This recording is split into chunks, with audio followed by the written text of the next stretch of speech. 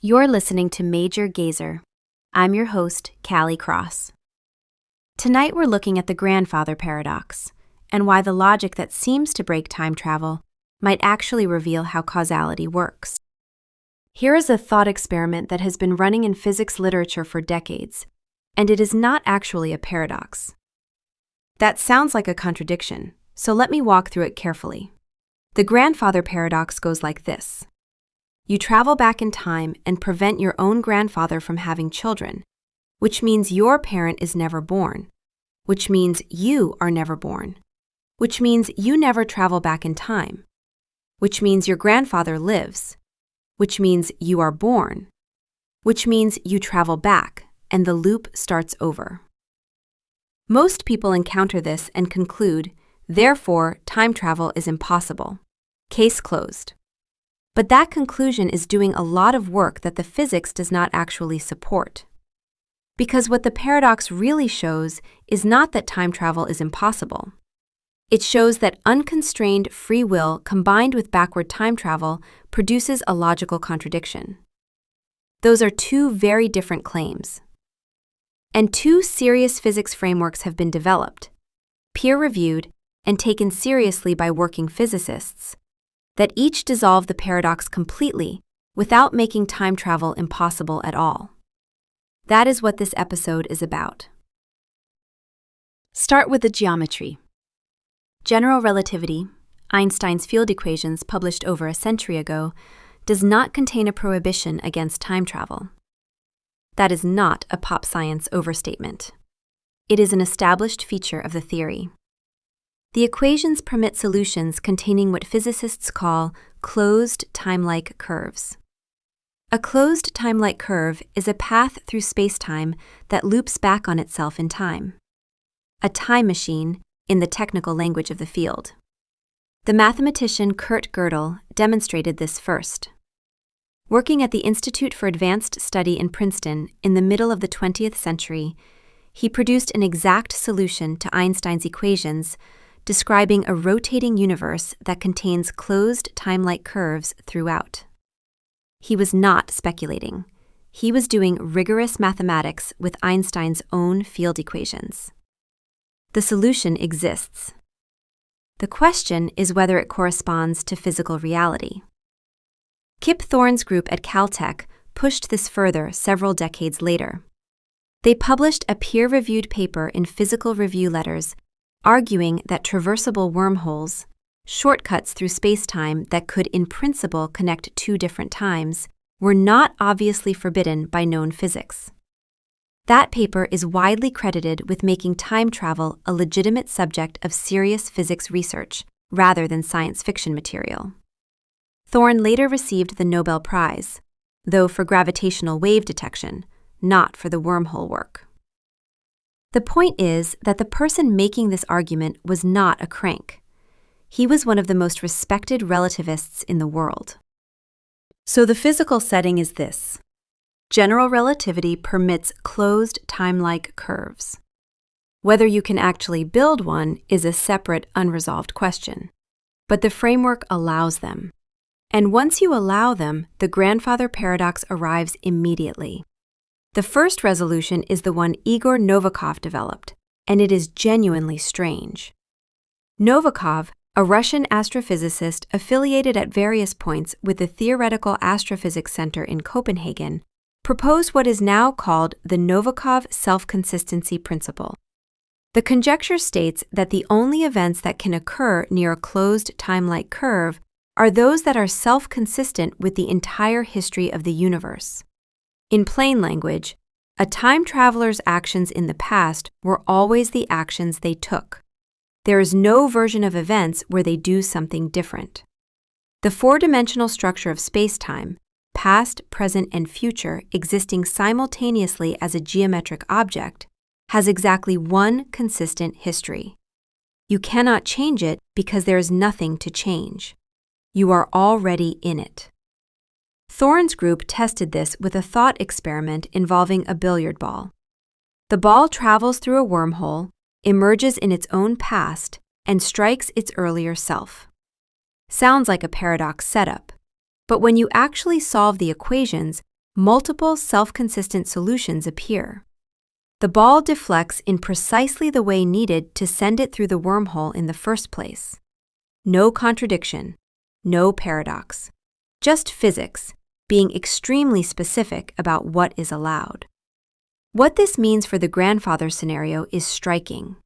You would be physically constrained at every moment to fail, not by some external rule, not by a cosmic police force, though Hawking did suggest there might be a Chronology Protection Agency, which is the driest joke a Nobel-level physicist has ever buried in a conjecture.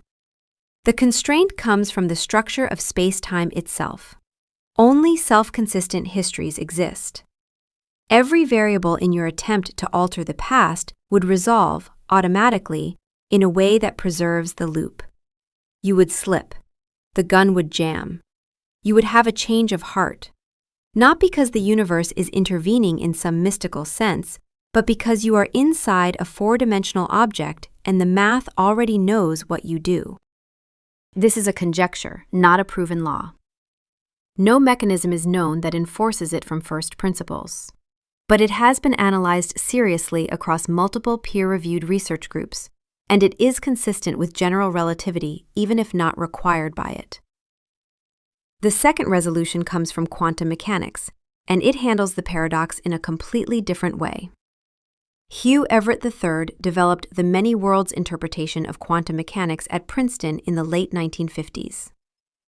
On this view, quantum events do not collapse to a single outcome.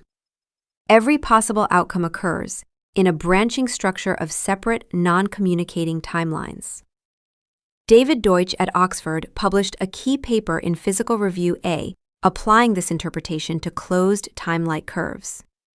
His argument: traveling to the past and altering it does not create a contradiction. It creates a branch. You kill your grandfather in a timeline where you were never going to be born from that branch, because you came from a different one. Your original timeline is unaffected. No loop, no paradox.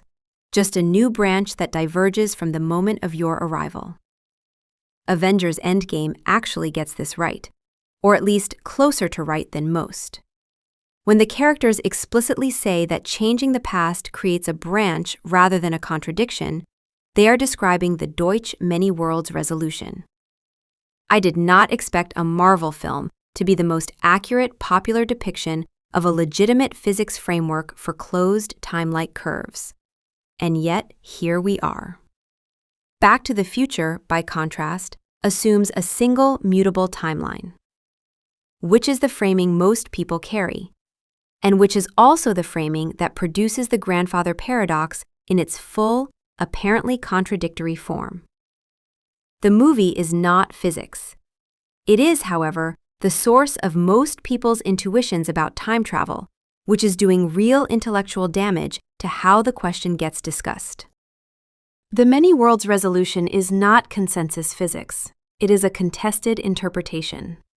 But David Deutsch's paper is peer-reviewed, and his argument is taken seriously. The resolution is legitimate. The question of whether quantum mechanics actually branches at macroscopic scales, the scales relevant to a time-traveling person rather than a subatomic particle, remains genuinely open. Hawking's response to all of this was the Chronology Protection Conjecture, the hypothesis that the laws of nature conspire to prevent closed timelike curves from ever forming, making backward time travel impossible in practice, even if not forbidden by general relativity alone. He offered us supporting evidence with characteristic dryness that we have not been invaded by hordes of tourists from the future. A full proof of this conjecture would require a working theory of quantum gravity, which does not yet exist. So it remains exactly what he called it, a conjecture. Here is the question I keep coming back to.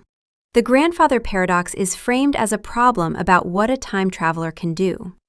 But several physicists have pointed out that the scenario assumes things about personal identity and causality that may not map cleanly onto relativistic spacetime at all. The paradox might be a linguistic artifact, a confusion about what the words going back even mean in a four-dimensional geometric structure where past and future exist simultaneously. If that is right, then the most interesting thing about the grandfather paradox is not the loop.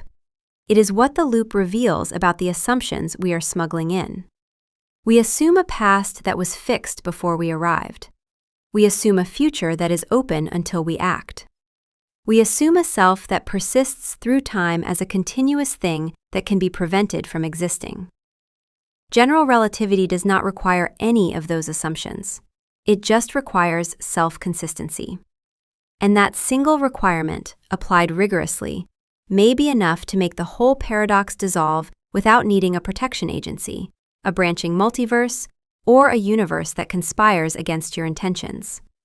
It may turn out that the only histories that can exist are the ones that already cohere. Which means the question was never whether you could change the past. The question was whether you ever understood what the past actually is. That's Major Gazer. Thanks for spending some time under the sky with me. See you out there. Grab news. Thomas.